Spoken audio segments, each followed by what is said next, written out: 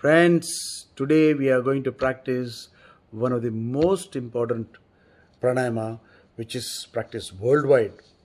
Swami Ramdev has done a fantastic job on this teaching the people, and it has helped a lot of people in the world. That is called as Bhastrika and Kapalabhati. It's very simple. Bhastrika means bellows. So in your body, the stomach bellows, the stomach becomes the bellow. And a nostril becomes the air out. More importance is given in this to the exhalation. Inhalation happens automatically. Okay, just like this. And don't do many times, just do about 4 to 8 times. If you have more stamina, yes, you can do more. But you have to stop it at some time, some level. So let me do and show it to you.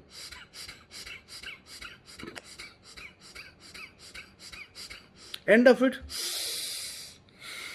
This is Ujjayi Pranayama, like long, deep breath. That is first. Second is also same, except here what happens, you partially close the nostrils. Nothing more. So all you do is take your fingers however you want, keep it there, partially close, and do the same Bhastrika.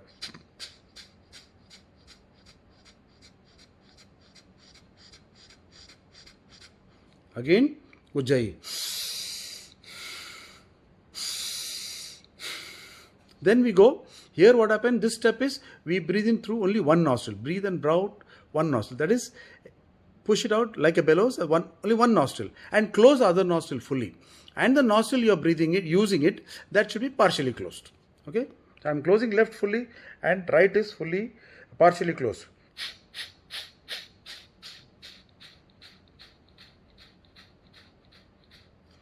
I will do the other way. Right is fully closed, left is partially open.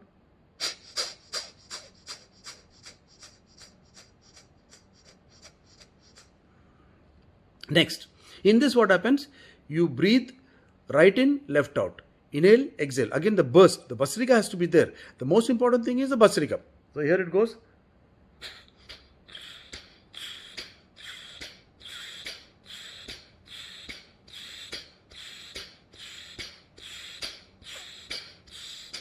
Then the other side.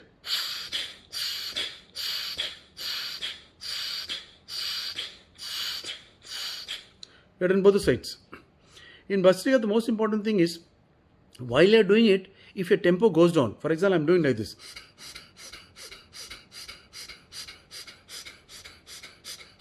And after some time, if it becomes, and those kind of things, no, stop it.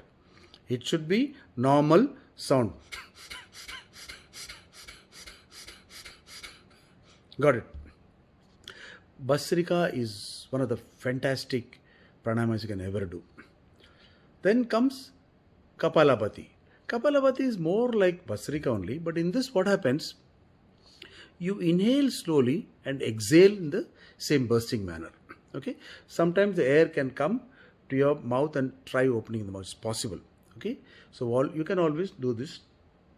You can keep it or close it. You can tighten it. And then you do like this.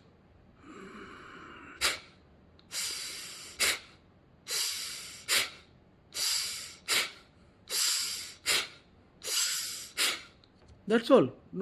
So people, those who cannot do Bhastrika or they feel difficulty in doing Bhastrika, can do Kapalabhati. Very simple it is. These are fantastic pranayamas. This what it does, it activates your brain. It activates the whole body. You feel very nice actually after doing Bhastrika. Very, very nice. It invigorates the spleen, pancreas and the liver and the abdominal muscles. It really gives pleasure. Actually, you feel very, very happy about it. It cleanses the sinuses. It stops running nose. These are the benefits of this. And all you need to do is for what? 5 minutes, 4 minutes in a day? It's not a big... Try to do empty stomach. There's no problem. But there are some don'ts in this. As I told you before, that is the tempo or the sound of Bhastrika goes down, stop it. Okay? Suppose somebody has got an eye problem, glaucoma, or some other problem in the eyes, please don't do it. Right? This will stop running nose also. This is very practical for them. Then women, it's advised that they don't do it because, women can have abdominal prolapse or the uterus prolapse. So it's better not to do. And it has so happened to some people also that the breast starts sagging. So it's better that women don't do these things. Any kind of problem in the ears, pus is coming, any ailment in that areas, any of those areas, don't do it. Otherwise, Bhastrika is one of the best pranayamas, especially the digestive system which is there, because the abdominal area and all these organs there, the liver, the pancreas and the spleen, it works so well that it gives you fantastic relief. I hope you people practice it and do it nicely and softly, get better. This is one of the pranayamas we should regularly do it. Okay? I wish you all the best. Thank you.